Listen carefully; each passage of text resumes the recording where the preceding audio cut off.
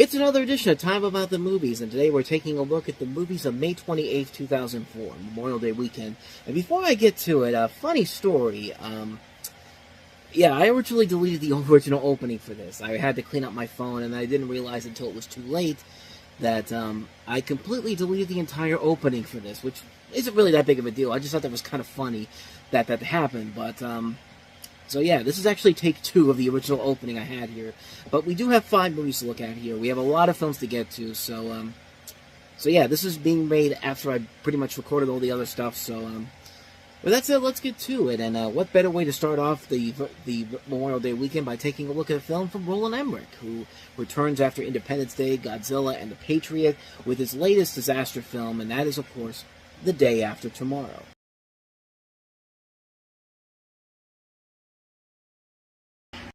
Of course, it's a Roland Emmerich directed movie. I mean, how great was the marketing for this movie? I mean, again, you know, Independence Day, Godzilla, great marketing. The movies, not so much. But yeah, you kind of have seen with these movies that I've talked about of Roland Emmerich that I'm not really the biggest fan of his. His films overall are mostly not that great, not as great as people make them out to be. I didn't like Independence Day. I really didn't like Godzilla, but nobody really liked Godzilla. The Patriot I thought was pretty good, and so he returns to what made his career jump to the stratosphere with Independence Day.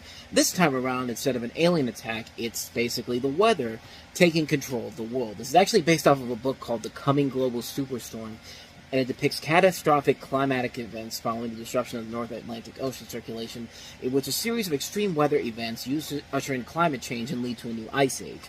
And as you see in the trailer, massive hurricanes are happening. Tokyo is struck by a hailstorm. Los Angeles has a twister. New York is flooded and then frozen over. And chaos and some hilarity ensues. But you know what? The craziest thing about this whole thing, I've talked so much shit about Roland Emmerich's other movies, but believe it or not, I actually really do like this movie a lot. In fact, I would go as far as to say that this is probably the best overall Roland Emmerich disaster movie he's ever made as a filmmaker. I mean, this is a surprisingly really good movie, because unlike a movie like Independence Day or 2012 or Independence Day Resurgence, where he's doing these, or Moonfall, you could tell that this is the most serious disaster movie he's ever made as a filmmaker in general, and it's a film that's not filled with like these little bits of comedy here and there to like lighten the load and all that. No, for the most part, it's very much taken seriously, and a lot of great actors are involved in this. You know, Dennis Quaid. This is probably his best overall film, considering the year he had that also included, you know, The Alamo and The Flight of the Phoenix, which were big box office bombs. You have Jake Gyllenhaal following up on Donnie Darko. This is one of his first big breakout blockbuster roles. Celia Ward, who actually would become the president in Independence Day Resurgence. Emmy Rossum, who also would have a pretty big year, starring in this and then starring in The Phantom of the Opera, but then not really becoming anything too relevant until we get to her in Shameless, which is a great show, by the way. And of course, you got the great Ian Holm, who, anytime he shows up in anything, usually will turn out to be a very good film. He actually has another great movie coming up pretty soon that we'll get to in the next couple of weeks, but yeah, this is a really good movie, and it's a really good movie mostly because of how good the effects are in this movie, which they look legitimate. They look like they really could feel like something that could actually happen in real life if this actually happens there. If this happens, like if there was actually a twister in downtown Los Angeles, that's probably what it would look like, you know? If there was a massive flood in New York City, that's what it probably would look like, and, you know, it's done very well. It's really a movie where the visual effects really do come out to shine here, and it really does a good job of showing that, hey, we don't need to make these look as bad as Roland Emmerich would do later on down the road with his other movies, but like I said, it plays it very seriously for the most part. There are those moments there where it does go for a little bit of the comical effect, but nowhere near as insane as 2012 or the Independence Day movies does. I mean, they know how to keep it somewhat restrained, with a couple of exceptions here or there. Of course, one of the big things that comes to mind is when, you know, Jake Gyllenhaal and Emmy Rossum are out in the ice in New York City, and then all of a sudden the ice suddenly starts freezing over to sub-zero temperatures, and they have to run back to this warm area before they die because of the fast freezing. And you can literally hear, like, it literally sounds like the equivalent of is of the freezing knocking on the door, like the Jaws character from Saturday Night Live, Chevy Chase's character, where it's just like is where it's usually either Gilda Radner or Lorraine Newman or Jane Curtin is hearing the knock on the door, and they're going up, and it's just like, who is it? And then you hear Chevy Chase going, Eddie Graham, and then they open the door and they realize that that's Jaws coming up from them. I mean, it kind of reminded me of that, but that's the beautiful thing about this movie, because in a bad movie like 2012, where honestly they have just way too many comical elements to it that just are poorly put together. Like, there's lines that are literally leading to moments of disaster, and it's just like, really, we really had to do that. But in this movie, they know how to keep it restrained for the most part.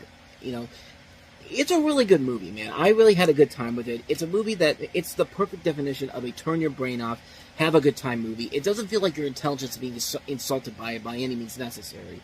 It's a good, fun movie. The visuals are amazing to look at. It's just a really good, fun time. It's one of those movies that I was very skeptical about when it came out, but I've become to really admire this movie for what they were able to pull off. And like I said, the action looks pretty cool. The visuals look very impressive. It's a really good, fun summer popcorn blockbuster movie, and really, that's what I wanted to see from Independence Day and these Independence Day resurgence in like 2012. Like just be fun movies. Don't insult our intelligence when you have to throw in lazy comedy and all these, over the top, pseudo-Christian type of things. Like in 2012, the whole thing about John Cusack's character being kind of like Jesus Christ. Like, there's literally an element being put into that particular film. But in this film, it really does a good job of keeping that tone down and just having a good time. And I think it's Roland Emmerich's best movie overall. I think it is a fun film. I can't recommend it enough. The Day After Tomorrow.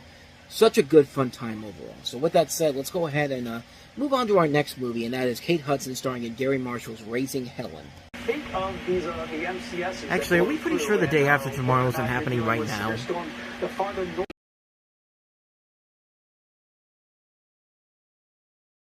Yeah, fuck those kids. Let's focus on Kate Hudson and her ass. I mean, you think that title card is just for the title card? No. That's the main focus of the marketing campaign. I mean, seriously, look at that.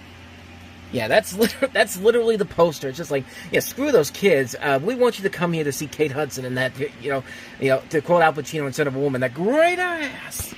I thought that was just kind of amusing to bring up here, but this is despite that, this is actually supposed to be a heartfelt comedy, Raising Helen, in which, as the trailer indicates, Kate Hudson is this, free-spirited, outgoing woman who suddenly gets a wake-up call when her sister ends up passing away, and she gets to take custody of these 3 kids, played by Hayden Panettiere, Spencer Breslin, and Abigail Breslin, in one of her early film roles, of course, following her big brother, who was already having a successful career. It was actually one of her first movies that she did, and, they basically helped to turn her life around, and essentially she ends up falling in love with John Corbett, as this pastor. She's got her older sister, Joan Cusack, involved in here. Helen Mirren's also in the film, Felicity Huffman. A lot of the Gary Marshall regulars, like, Hector Elizondo, of course, you got to have him in here, so you have Larry Miller. So the pieces are definitely there for something that could be fun in general, but it's pretty much just a typical sitcom premise to it. I mean, it really is a literal sitcom, quite honestly. Like, it's one of those things where you would have thought this would have been something that ABC probably would have had on their lineup opposite Roseanne or The Wonder Years. Like, it feels like that type of a movie. And I don't even think Disney really knew itself how to market the movie, because they actually put a short at the beginning of this from their animation studio, their kid-based animation, the animation studio that's specifically tailored to kids. They stuck this short on there called Lorenzo, which is a really good short, by the way. It's a short about this cat who gets his tail jinxed and ends up coming to life and starts causing all this chaos overall. But why attached to this particular movie is really baffling to me. It's kind of like what happened with the Daffy Duck short they did back in the 80s, The Duckstercist, which they actually put in front of that Barbra Streisand and Richard Dreyfuss movie Nuts, which was like an R-rated movie, and then they decided to stick this Daffy Duck cartoon specifically for kids on there.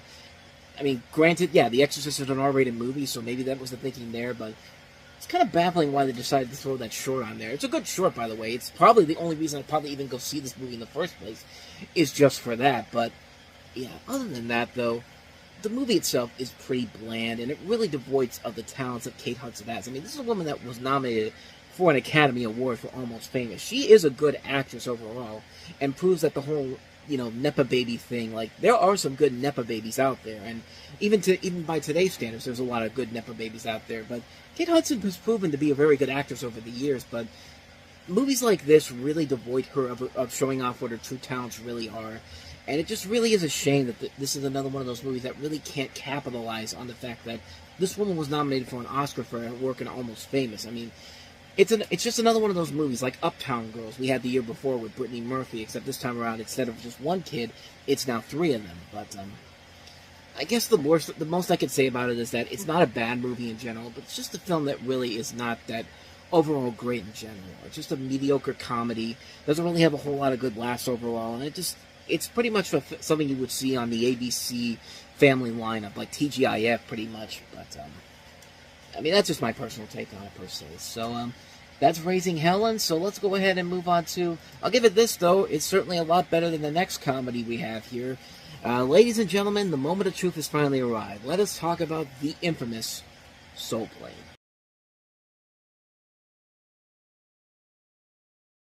In fact, the greatest thing about this whole movie is the fact that this is a film that could have easily killed so many careers, and yet it actually helps some of these people out in general. But Soul Plane, this is another one of those movies that's in my list of the worst movies of all time, and quite frankly, it's kind of hard not to see why. I mean, we already had a year where we had the black equivalent to National Lampoon's Vacation. Now here's the black equivalent of Airplane. I guess you can pretty much tell what the plot of this movie is. Soul Plane. Why just fly when you can soar with soul? This is what MGM put out as the press synopsis for this movie, by the way. After a humiliating experience on an airplane, Nashawn Wade, played by Kevin Hart, sues the airline and is awarded a huge settlement. Determined to make good with the money, Nashawn creates the full-service airline of his dreams, complete with sexy stewardesses, funky music, a hot onboard dance club, and a bathroom attendant, played by D.L. Hughley. Departing from the all-new Terminal X in Los Angeles, a Soul Plane gives fly a whole new meaning, taking its passengers on a maiden voyage full of comedy. Somebody at MGM greenlit this movie. MGM looked at this and said, this will totally sell. I mean, it will really sell. I mean, just everything about this movie is so wrong. And the fact that it's basically a black version of Airplane, but that it's also racist, not funny, and just downright stupid. Nothing about this movie makes any sense whatsoever. This is just an unspeakably awful movie on so many levels. It really does feel like a good majority of this movie was written by people who simply have seen the black stereotypes and decided, let's just make an entire movie just on that. Let's put the black terms in there. There's Tom Arnold's Family, where they just come from a place called Crackerland because it's on their hat, and his daughter wants to date a black guy, wants to screw a black guy, and little things like this, and that's just the beginning, because it really just feels like a film that was made about people who do not give a fuck about how racist they can be, because they pull out all the stops in this movie, and it's just so offensively bad, it's despicable. And the only time anything Soul Plane gets involved in that actually does get a laugh really doesn't even happen in the movie. It's the fact that the Boondocks made a whole joke about it. The Boondocks consistently makes fun of Soul Plane to the point where they actually had to create a sequel within the movie that probably would have been a whole lot better than the actual movie was. That and Get Rich or Die Trying, considering that 50 Shades of Grey is involved in there. And of course, from one of my favorite TV episodes of all time, where Martin Luther King Jr. What if he didn't die? He saw what present day was like. He's making that speech at the end, and then all of a sudden, while he's speaking, it just cuts away to him going, and now I'd like to talk about Soul Plane. It's just like, you could tell how much the people who made the Boondocks really hated Soul Plane. And if an animated series is parodying a movie that's actually getting more laughs than the animated series in the actual movie, there's a huge, huge problem here. I mean, we just talked about Welcome to Mooseport. One of the is that joke in Cloudy with a Chance of Meatballs. That's the only way that movie's ever going to get relevancy ever again. But and like I said before, Look at what happened to the cast of this movie. You would think that the careers for this movie would have been tarnished by everybody involved here. But like, Kevin Hart, he stars in the movie, and guess what happens? Does his career end? No. He actually goes on to become one of the biggest box office stars on the planet.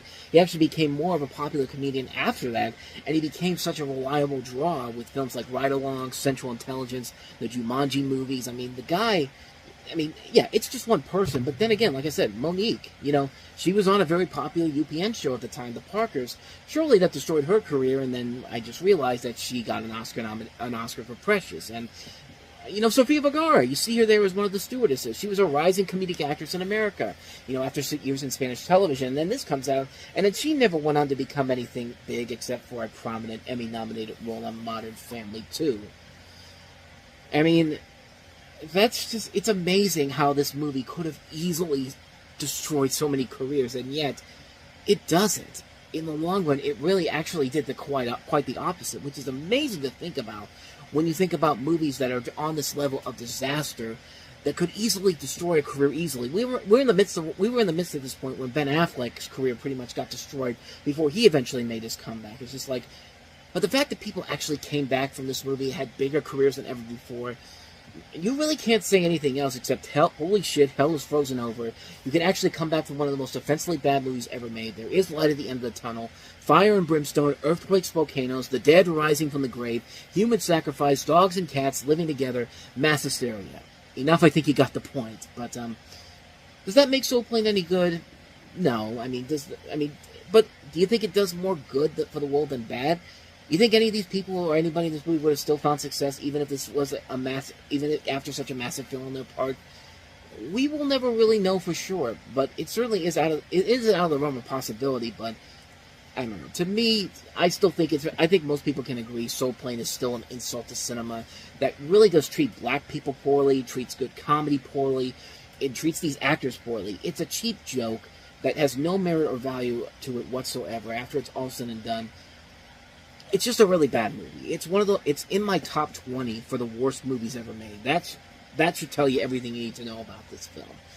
But that's Soul Plane, of course. So we've had a couple of bad comedies. How about a really good comedy that came out this weekend? Here is Mandy Moore, Jenna Malone, and Macaulay Culkin in the movie Saved.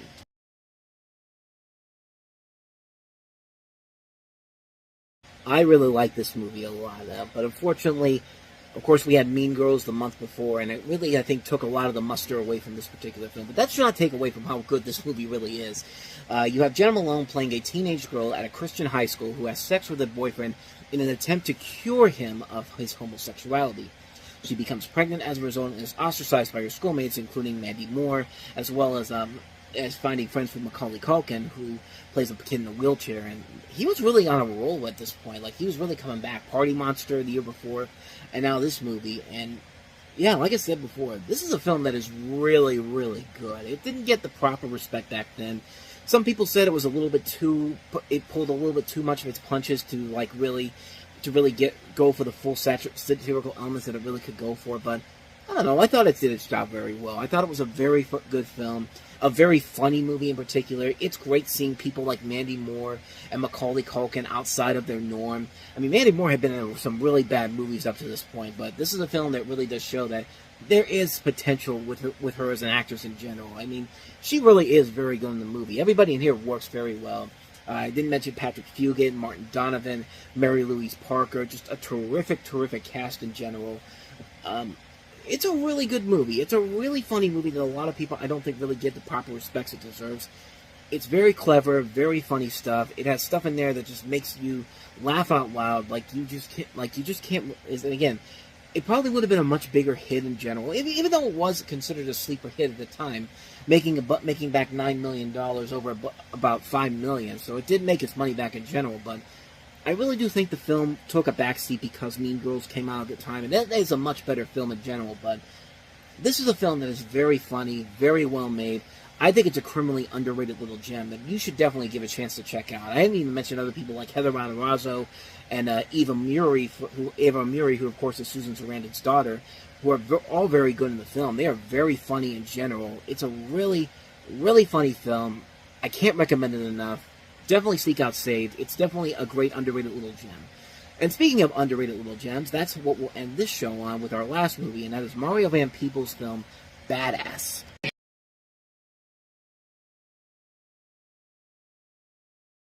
So this is a movie that's based on the struggles of Mario Van Peebles' father, Melvin Van Peebles, who we plays in this movie, as he attempts to film and distribute Sweet Sweetback's Badass Song, a film that was widely credited with showing Hollywood that has a viable African American audience exists out there, and thus influencing the creation of the blaxploitation genre.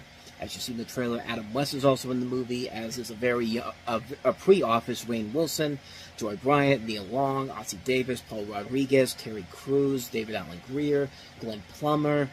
Terrific cast in general, and Mario Van Peebles had been kind of on a downward spiral a little bit after his breakout film with New Jack City. All the movies he did after that were not really that successful, and this is probably his best overall film since New Jack City. It's a movie that you could tell is very personal to him for obvious reasons, because of course he's playing his father in the movie, and the film just is so well put together. It's a movie that is really, really well done. The acting is great. The direction overall is top notch. Seeing all these actors in this movie that you don't usually see in these type of films anymore, like Adam West, who I thought was really good in the film. It's really impressive how he's able to what Peebles has done with this film. It's a really damn good movie. A great tribute to his father from his son. It's a film that really should have gotten a lot more attention than it did, but it felt like it kind of like what Saved, it felt like it got kind of lost in the shadows.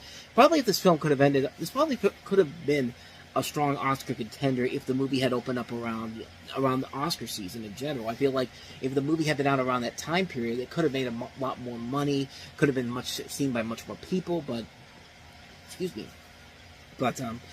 unfortunately, it did not make the money that I think a lot of people were expecting it to do, but it should not take away from the fact that this is a pretty damn good movie, and definitely a film that, if you're looking to see what Mario Van Peebles has done since New Jack City, this is easily his best overall film he's done since that movie. Probably the last great film he ever did in general, and you know what, go on a high note with this movie here, and I can't recommend this one enough. It's a criminally underrated film that definitely deserves a lot more attention. It's one that definitely needs to be seen. Badass, Mario Van Peebles, definitely check it out. And so with that said, we wrap up another edition of Time About the Movies. And when we meet next time, we've got one movie to look at, the big new release of the weekend, and you can't get any bigger than Harry Potter and the Prisoner of Azkaban, directed by Alfonso Cuarón. And was the film that really kind of took the Harry Potter series to a whole nother level and just said that, hey, these aren't just kids' movies anymore. We're now heading into the more darker adult territory. And it began with this particular film that we're going to look at on the next episode. So definitely be on the lookout for that tomorrow. But until then, thank you so much for watching. And if you want to see more videos like this, please hit the playlist on the next page. Check out the previous episode. And also don't forget to hit the like and subscribe button if you want to see more videos like this on this channel. So with that said, I am off. I will see you guys next time. And until then, as always, take care.